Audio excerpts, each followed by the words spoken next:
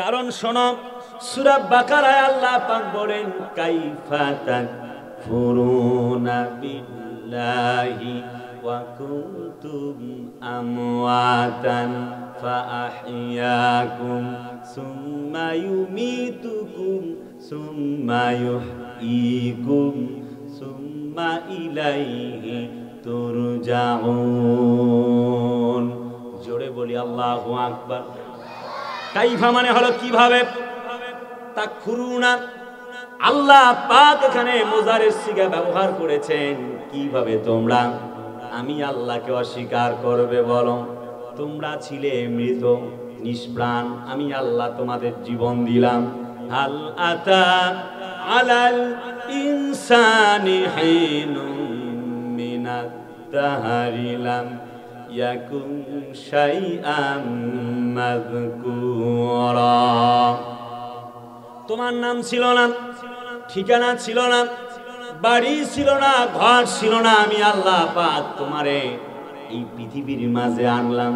সুম্মা নুখরিজুকুম তিফলা, একটা বাচ্চা তোমারে আমি আল্লাহ বানালাম। সুম্মা খালাকনাল নুতফাতা আলাকাতান ফাখালাকনাল আলাকাতা মুদগাতান ফাখালাকনাল মুদগাতা ইযামা ফাকাসাউনাল ইযামা লাহমা। এক ফোঁটা নাপাক পানিকে তোমার মায়ের পেটের ভেতরে জমাট রক্তে পরিণত করে দিলাম, তারপরে সেটাকে গোস্তে রূপান্তরিত করলাম, তারপরে হাড় দিয়া, চামড়া দিয়া, ছাউনি দিয়া, গোস্ত দিয়া আমি আল্লাহ একটা বাচ্চার আকৃতি দিয়ে তোমারে বানায়া নিলাম।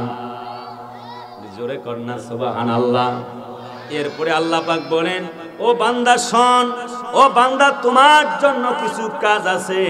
আও কাসাইবিন মিনাস সামাই ফিহি রাআদুন ওয়া বারক ইয়াজআলুনা আসাবিয়াহুম ফি আদানিহিম মিনাস সাওয়াইকি হাদারাল মাউত ওয়াল্লাহু মুহীতুম বিল কাফিরিন। ও বান্দারা শোনো, এই দিনের আলো দিলাম, রাতের বেলা তোমার জন্য এক আলোকবর্তিকাময়, তোমাদের জন্য চন্দ্র দিলাম, জাতির লোকদের জন্য চলার জন্য পাথেও দিলাম। বান্দা শোনো, তোমাদের জন্য ওয়া মাকামিন কারীম, শাক সবজি দিলাম, লাহমান তারিয়া, তোমাদের জন্য গোস্তের ব্যবস্থা করলাম। ওয়াজরুইন মানে হলো সবজি, সবজি দিলাম, মাছ দিলাম, তোমাদের জন্য ফল ফলাদি দিলাম, তোমাদের চলাফেরার জন্য পুকুর পুষ্কুনি, খাল বিল, নদী নালা, আমি আল্লাহ পাক যা কিছু দরকার সব কিছু তোমাদের জন্য দিলাম। কিন্তু একটা জিনিস চাই, বান্দা তোমরা আমার গোলামি করা লাগবে। রাদিয়াল্লাহু আনহুম ওয়া রাদু আনহু উলাইকা হিজবাল্লাহ আলা ইন্না হিজবাল্লাহি হুমুল মুফলিহুন। আর বান্দা তোমরা যদি আমার গোলামি করতে পারো, আমার যদি দাসত্ব করতে পারো, আমি যেই সকল সাহাবী আজমাইন, নবীগণ, আম্বিয়াগণ, যাদের উপরে আমি আল্লাহ পাক সন্তুষ্ট হয়ে গেছি, আমি তাদের অন্তর্ভুক্ত তোমাদের করব। যদি তোমরা তাদের অন্তর্ভুক্ত হতে পারো, তার মানে উলাইকা হুমুল মুফলিহুন, তোমরা ঈমানদার, তোমরা ফাসিক না, কাফের না। অতএব বান্দা শোন, বান্দা উলাইকা হিজবাল্লাহ, তোমরা আমি আল্লাহর দলের মেহমান হয়ে গেলা। সুবহানাল্লাহ, জোরে বলবেন না?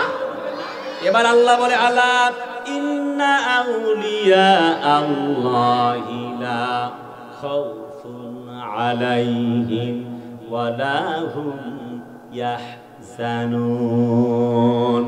আর যারা আমার বন্ধু হয়ে গেল, ভালোবাসা পেয়ে গেল, যারা আমি আল্লাহকে রব হিসেবে গ্রহণ করলো, তাদের কোনো ভয় নাই, তাদের কোনো চিন্তারও কারণ নাই। আল্লাহু আকবার ওয়া লিল্লাহিল হামদু। বিসমিল্লাহির রহমানির রহিম। আল্লা তাখাফু ওয়া লা তাহজানু ওয়া আবশিরু বিল জান্নাতিল্লাতী কুনতুম তুআদুন।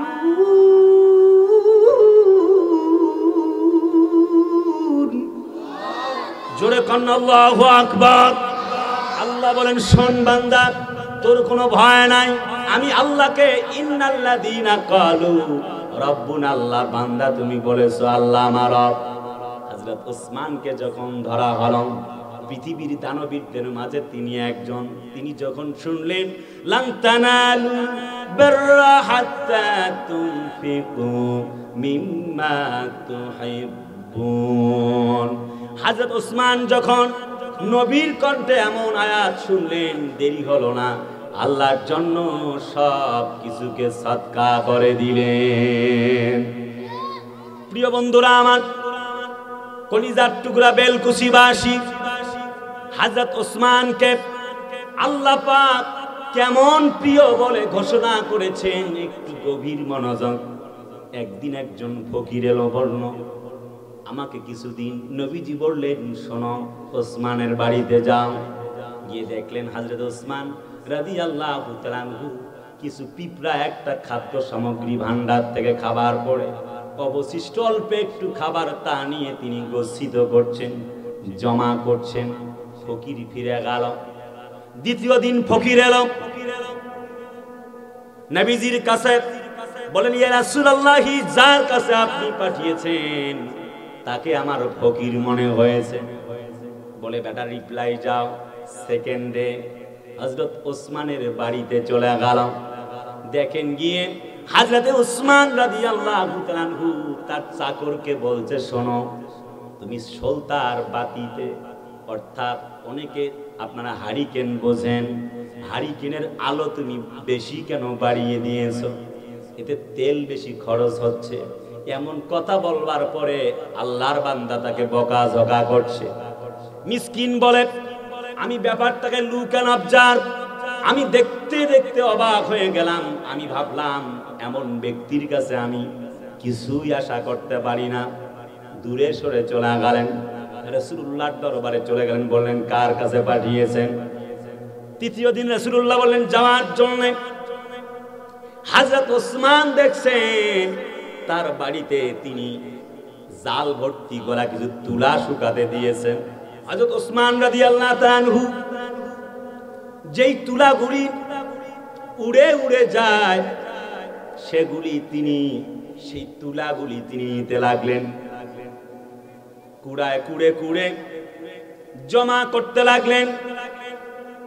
সাহাবী এমন পরিস্থিতি দেখে বললেন, এমন ব্যক্তি দান করবে আমার তো মনে হয় না।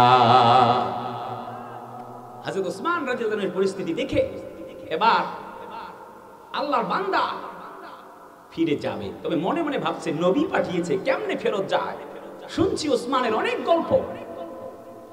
সামনে গিয়ে বলছে, আপনি কি আল্লাহ নবী ওসমান, আল্লাহ নবীর সাহাবী ওসমান? বলে ইয়েস, নাম আনা ওসমান। বলছে ওকে ওকে, রাসূলুল্লাহ আমাকে পাঠিয়েছেন আপনার কাছে, দয়া করে কিছু আমাকে সদকা করুন। হযরত ওসমান বলে যাও, সিরিয়া থেকে একটি কাফেলা উট নিয়ে ফিরছেন, তুমি যাও, যেটা উট পছন্দ হয় নিয়ে চলে যাও। গিয়ে পছন্দ করেছেন সব থেকে বেশি দামি এবং মালামাল সহ ফিরে আসা একটি উট। তিনি সেটা নিয়ে যাবার জন্য হযরত ওসমান রাদিয়াল্লাহু তাআলা আনহুর যে রাখাল তারে বললেন। তিনি বলছেন হযরত ওসমান পাঠিয়েছেন? বলছে না, তিনি চিঠি লিখেছেন। যুবক রাজি হলেন, কিন্তু বললেন যে মালামালগুলি খালি করে নিয়ে, আর এই উটের যে সর্দার তারে তুমি পছন্দ করেছো, এই উটটাকে দিলে বাকি উটগুলি তোমার বাড়িতে চলে যাবে, একটু অপেক্ষা করো, আমি বাড়িতে গিয়ে সব উট বেঁধে তারপরে এই উটটা তোমাকে দিব। আল্লাহর নবীজির সাহাবী উসমানের নির্দেশনা ছিল ভালো উটটি দেওয়ার জন্য, কিন্তু দীর্ঘ সময় হয়ে গেল, দেখছেন যুবকটি বারবার ঘোরাফেরা করছে। হযরত ওসমান বললেন, যুবককে কেন এখনো দেখা যায় উট দাও নাই? রাখাল বলে, দিতে চেয়েছি কিছুক্ষণের জন্য, বাকি উটগুলিকে বেঁধে নেবার জন্য অপেক্ষা করছিলাম। হযরত ওসমান বলেন, বাকি উটগুলি বাঁধার জন্য অপেক্ষা করা লাগবে না, বড় উটটা যে সেনাপতি তারে তোমরা দিয়ে দাও, তার সঙ্গে যতগুলি উট চলে যাবে আজকে দিনে আল্লাহর জন্য সদকা করেছি সকল উটগুলি তার হয়ে যাবে। এটা সুবহানাল্লাহ জোরে বলেন। লান তানালুল বিররা হাত্তা তুনফিকু মিম্মা তুহিব্বুন। এই আয়াত শোনার পরে এত মন ছিল তার ইসলামের জন্য।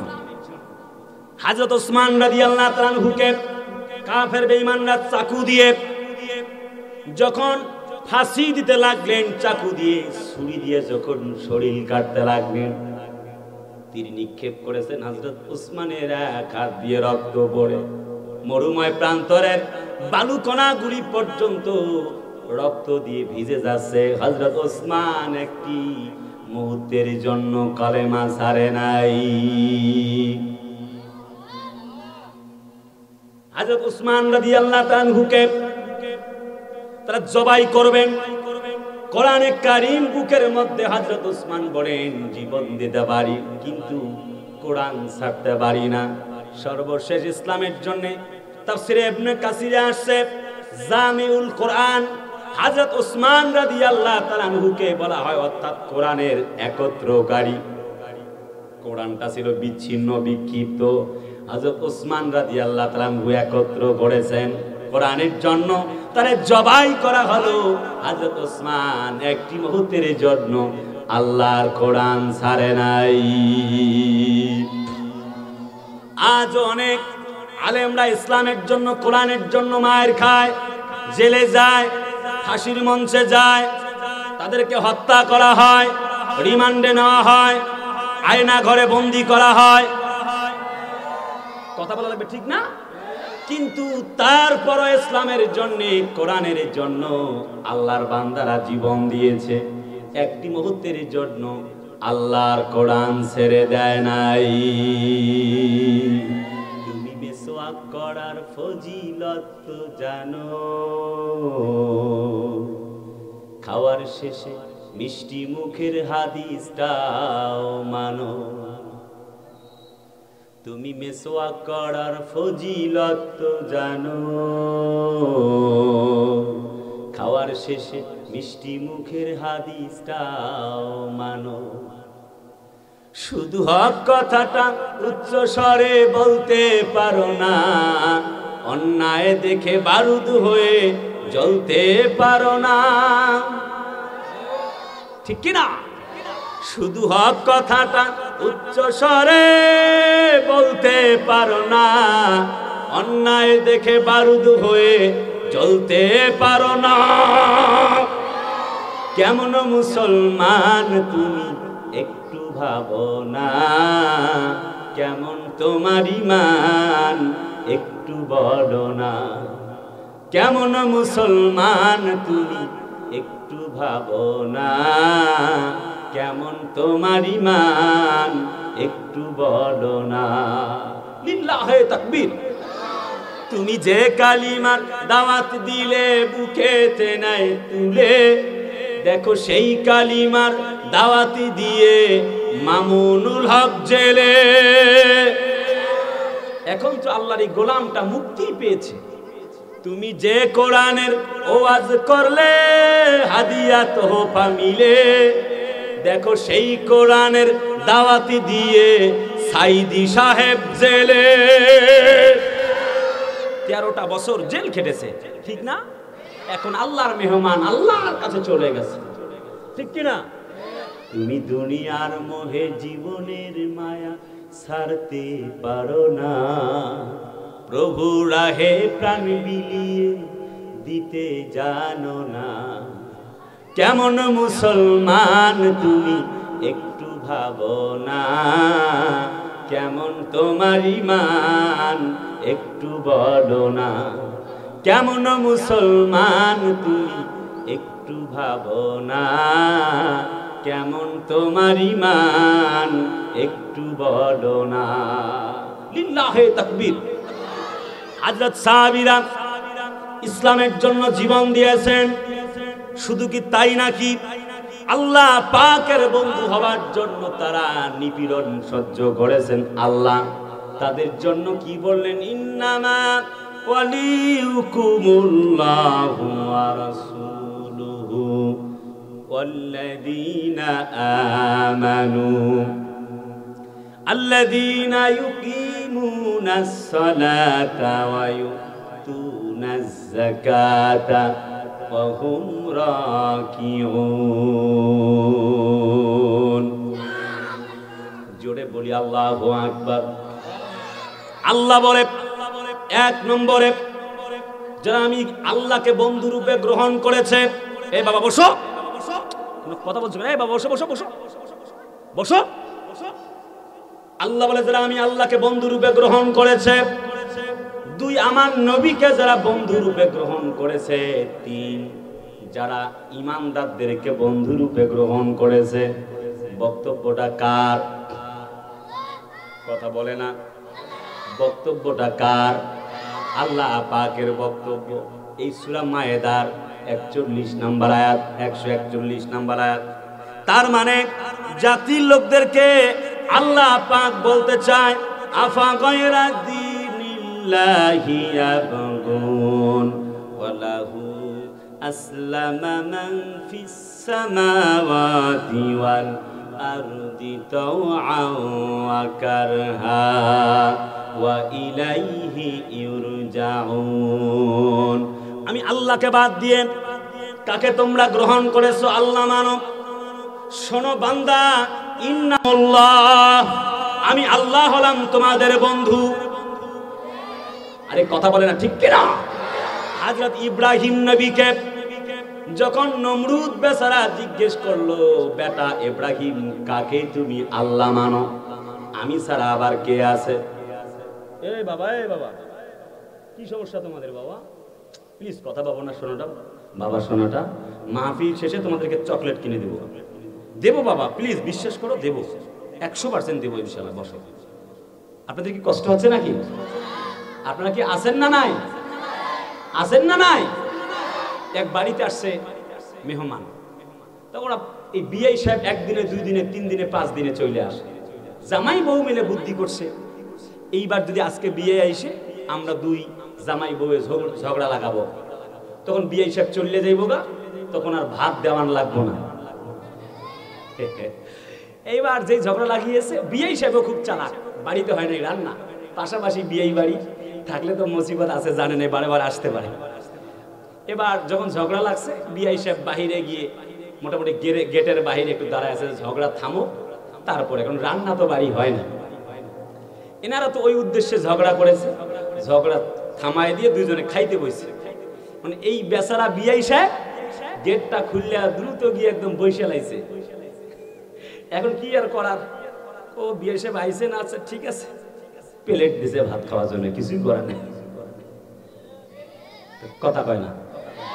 আপনারা যদি ঝগড়া করিয়া মারামারি লাগায় যদি একদম তুফানও তুলে লাগ, মাইক ধরছি, এই মাইক আর ছাড়াছাড়ি নাই, রাত পোহাক আর থাক। কথা কয় না, ঠিক কিনা? তার মানে কতক্ষণ চলবে? সারা রাত। আর বক্তা হোক কায়েত নাকি? এই নিয়ে আপনি এসে ওয়াজ করেন। যুবকের তো খুব এনার্জি। আরে সর্বনাশ, চুলের কাটিং দিছে কি? বাপ, ওরা চুলের কাটিং এদিক দিয়ে মাইরে, এদিক দিয়ে দিয়ে, এদিক দিয়ে মারে, একদম তালপট্টি দ্বীপ বানায়। আছে না?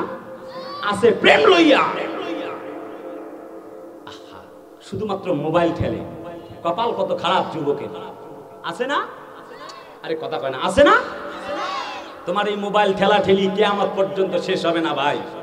পশ্চিমারা ফেসবুক এমন ভাবে, ইউটিউব, ভাইবার সেটআপ করে দিয়েছে, তোমার জীবন ফুরিয়ে যাবে। ফেসবুকের স্ক্রল করা ফুরিয়ে যাবে না, শেষ হবে না। সারা রাত গেম খেলে, Facebook, Twitter, YouTube, Viber, Messenger. Hi জান পাখি কেমন আছো? বদমাশ। সারা রাত গেম খেলে, ফ্রি ফায়ার, পাবজি, আর যেন কি কি আছে, তাই মার মার মার মার মার মার মার আছে না? সারা রাত game, Facebook, YouTube, Messenger, setting ফেটিং কইরা ঘুমিয়েছে একদম মোটামুটি শেষ রাত্রিতে। উঠছে একদম বেলা মোটামুটি 4টার দিকে।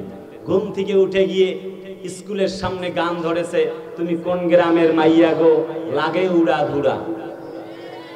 ওয়াক কত এই যুবকরা। আরে মাসুদ ভালো হয়ে যা, এখনো সময় আছে। তুমি মনে রেখো, তোমার মতো হাজারটা যুবক শুয়ে আছে কবরে, কুত্তা পায়খানা করে কবরের উপরে। কবর থেকে উঠিয়া খেদাইবার শক্তি আজ আর না। বন্ধুরা আমার, ভাইয়ারা আমার, আমি বলতেছিলাম আল্লাহ পাক বলে আফা গায়রা দীনিল্লাহ, মনে আছে?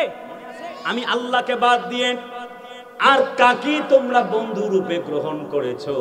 অতএব শুনে রাখো, ফাতাওয়াক্কাল আলাল্লাহ, একমাত্র তোমরা আমি আল্লাহকে বন্ধু রূপে গ্রহণ করো, অনুসরণ করো।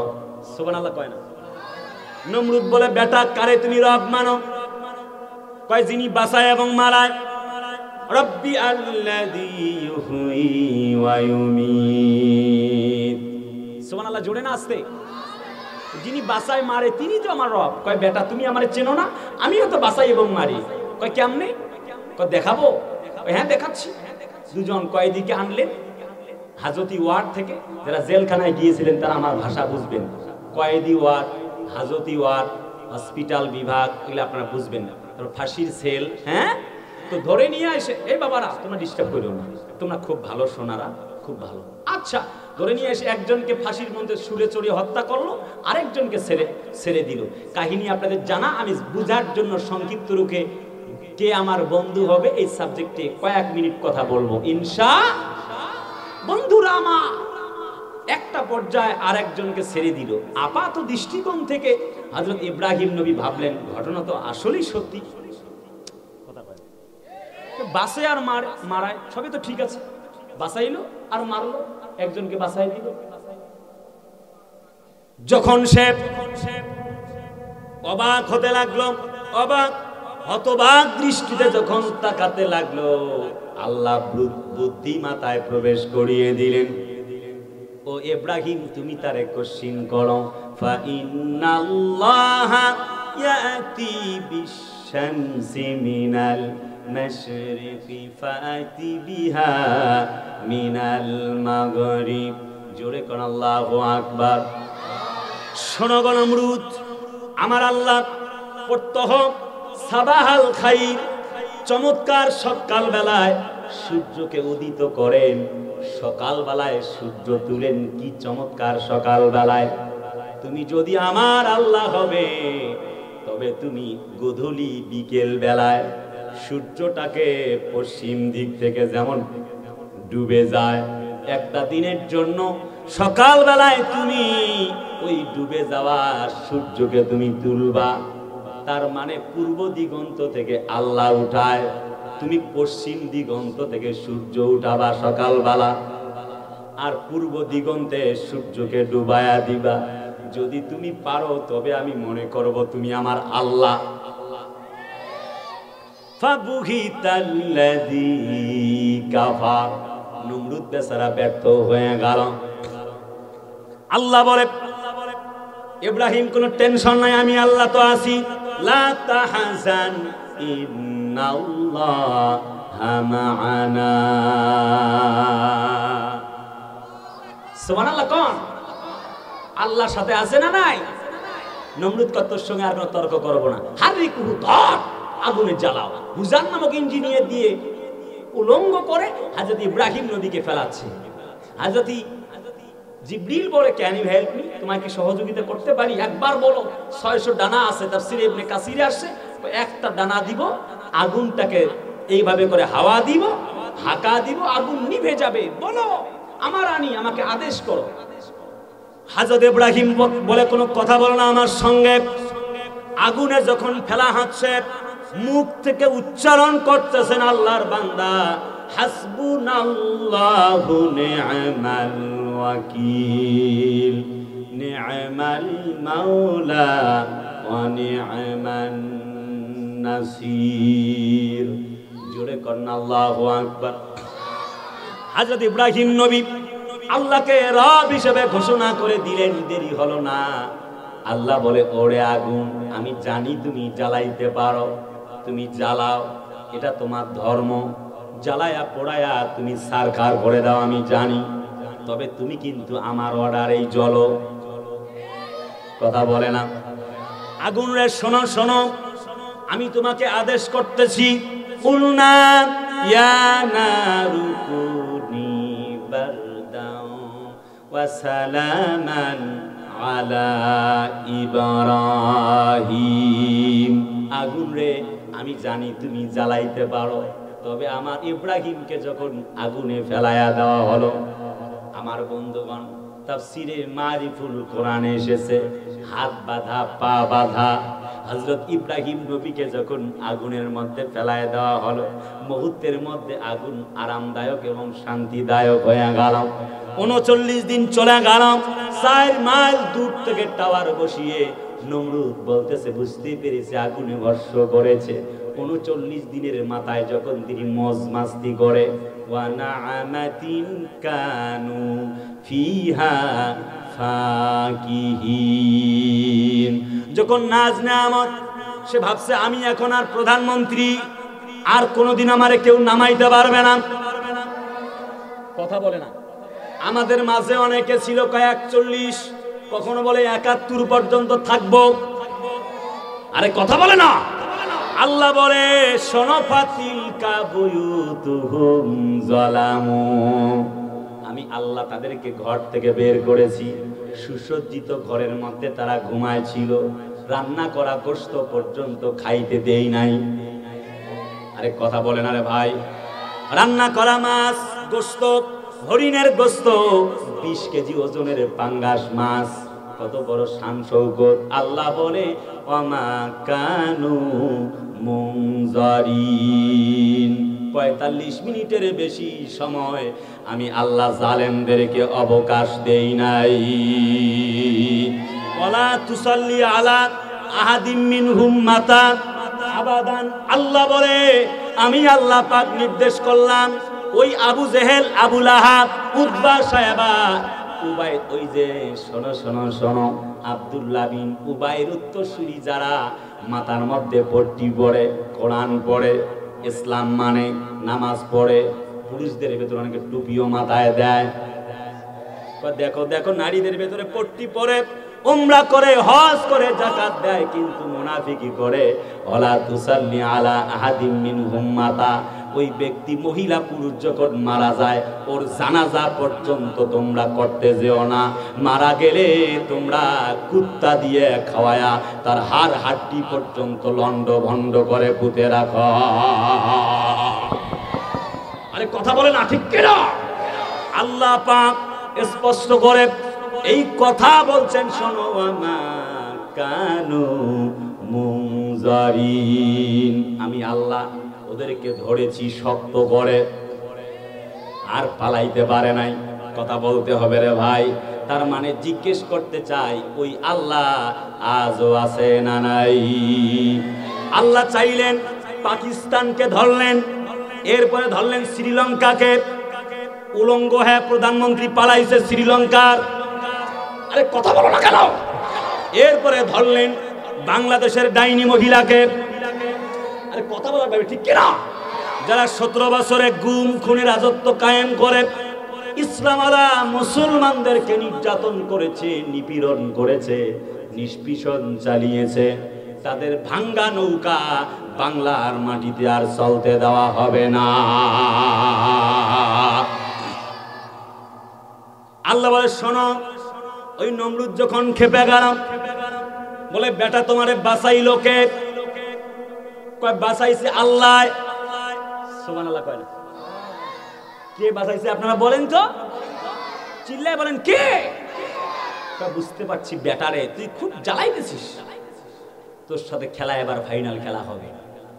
আল্লাহকে পর্যন্ত তীর নিক্ষেপ করছিল। কাহিনী আপনাদের জানা, আমি তা বলবো না। আজকের বিষয় হচ্ছে আল্লাহর বন্ধু এবং শত্রু।